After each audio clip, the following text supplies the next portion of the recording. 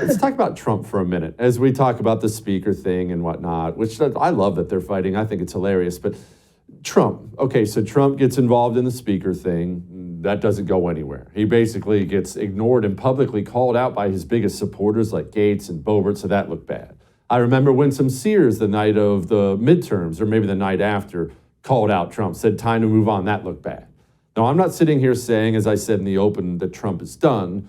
But Trump has very clearly lost significant amounts of support. Am I reading that wrong?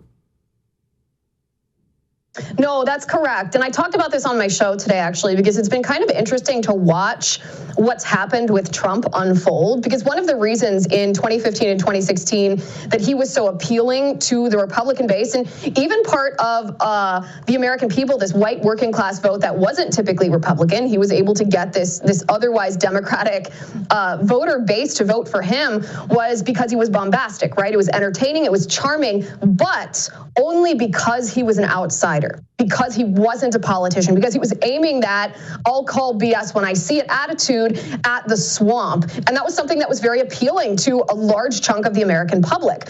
But something, Jesse, has changed since then. Something in his perspective has shifted, and I think I know what it is. I think that he has begun to rely on political consultants instead of relying on listening to his base.